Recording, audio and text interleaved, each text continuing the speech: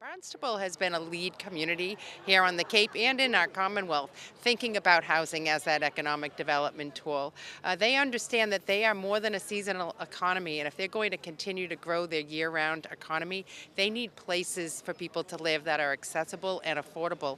And to reimagine places like downtown Hyannis, which have traditionally been a destination for visitors, should be a community in a neighborhood where people will live year-round to work at, say, Cape Cod Hospital or any one of the businesses in this area.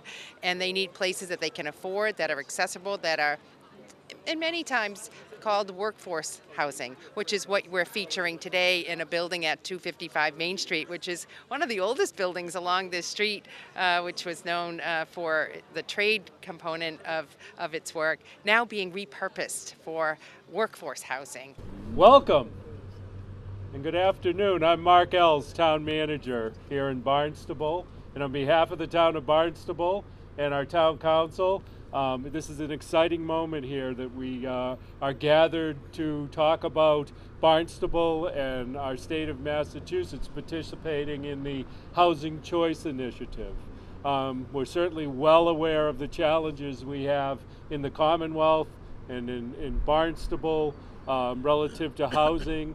And this sort of participation of our community and other communities certainly is needed to stay focused on the priorities. It's not only housing, it allows for the creation of jobs, it allows for us to maintain a well-balanced community. So we're very thankful and privileged that certainly I and our Town Council, our Vice President, John Flores is here, Councilor Schnepp and Councilor Hebert is here as well, showing their support of this. But we're very privileged and honored to have our administration, certainly represented by our Lieutenant Governor, Karen Polito, here, who's been a wonderful partner, not only relative to housing issues, but on all issues. They are accessible at all times, they are responsive to our needs, and we can't say thank you enough to our Governor and our Lieutenant Governor. So thank you. Welcome. Thank you very much. Having been someone who grew up here on the Cape in the summers, I completely recognize that this community has a tourism and a seasonal economy. But now the Cape has become so much more than that. This is a year-round community with industries like healthcare, beyond just the tourism seasonal industries that need people to work at the jobs that are being created and growing here, and to have places that are accessible and affordable and convenient to live in order to be part of the year-round experience here on the Cape. And zoning reform in Massachusetts hasn't been undertaken for over 50 years. So clearly things have changed, the economy's changed, people are looking at seasonal communities like this and knowing that they're no longer seasonal and they need a new approach. So in order to get to that next level, you need to change the rules. And so Governor Baker and our team, and Secretary Keneally, who's here, will be speaking more about this as well, put out a bill last term and in this term to help communities change their local zoning and adopt the best practices and strategies that you need in order to redesign and redevelop neighborhoods and places within your community, and be able to adopt these zoning best practices with a simple majority vote. Because sometimes having a supermajority, having that 2/3 threshold, is a barrier to getting the zoning changes that are needed in order to create the kind of development and housing production that's needed. So the Housing Choice Bill would change that. It would empower communities to change their zoning bylaws of their choice, driven by the community's vision, and allow them to then create the housing production plan and create the units of housing that are needed for that next generation to be able to call that community home. So we're hoping that we can get this Housing Choice Bill done. That's the purpose of being here today, and to really spotlight the leadership here in Barnstable that is really sort of paving the way for your future. I want to thank again Mark Ells and the whole team for becoming a housing choice designated community. That means you had to create a housing production plan. You used $1 million of your community preservation funds to invest in infrastructure. And as part of this housing choice designation, we provided a small grant for infrastructure to be able to redevelop the property that is right behind us for the kinds of workforce housing units that Mike Loff and his team can use for their workforce and for others in this community. So you're actually standing in front of a living example, a real example of how a property can be reused for the kinds of housing that are needed in this neighborhood, and then scale this to do more, whether in this neighborhood or in places across this Commonwealth.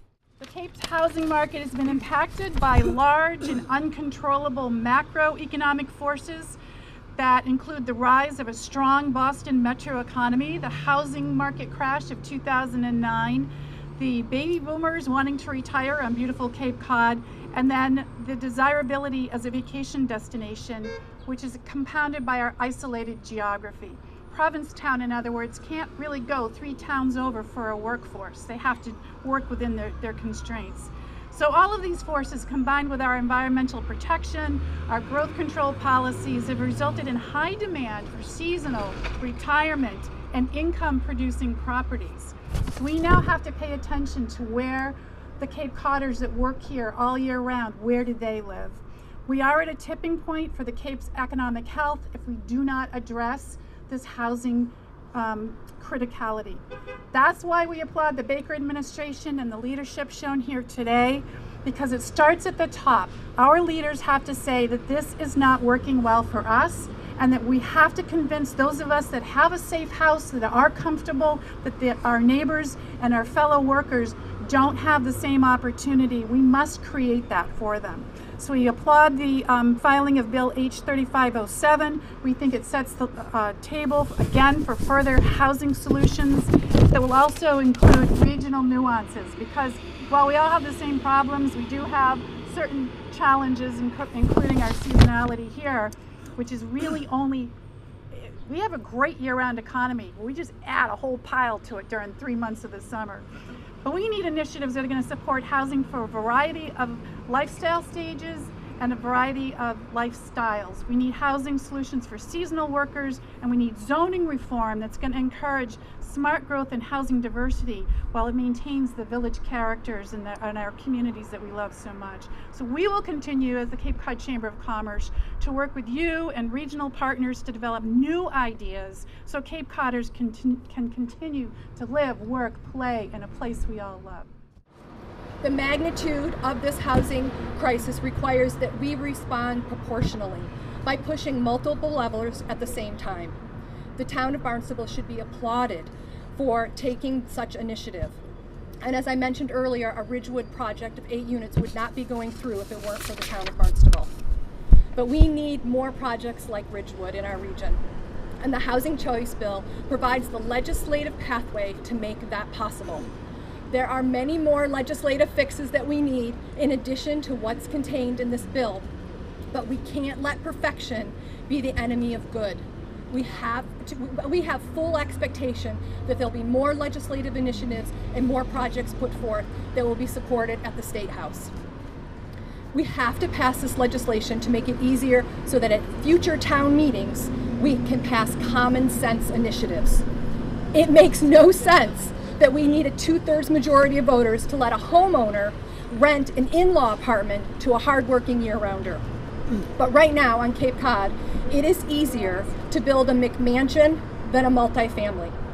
It's easier to put an addition on a home and rent it seasonally than it is to rent it out year-round. Our zoning is inadvertently making it harder for year-rounders to live and work here. This legislation gives towns the tools to protect and preserve our way of life here on Cape Cod. We can reverse the trend. I'm very hopeful.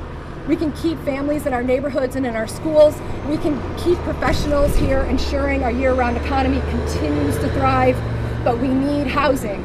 That's the critical piece in all of this. And in order to do that, the Housing Choice Bill is the first of many steps to sustain the beautiful Cape Cod that we know and love. Thank you. The availability and the attainability of workforce housing is the most pressing issue.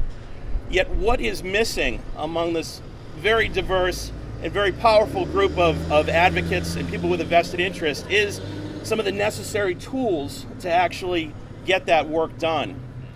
Those missing tools are found in the Housing Choice Bill. Those missing tools need to be adopted for the work that everyone is gathered here that is doing to move forward in an effective and a thoughtful manner for each of the Cape's 15 towns. In closing, Barnstable is proud to have been listed as part of the Housing Choice Initiative. And Barnstable is appreciative of the support that we receive from our administration, and certainly having our Lieutenant Governor and Secretary and all of you here to share in this. And Barnstable stands committed to addressing the housing choice and housing challenges of our region and our state.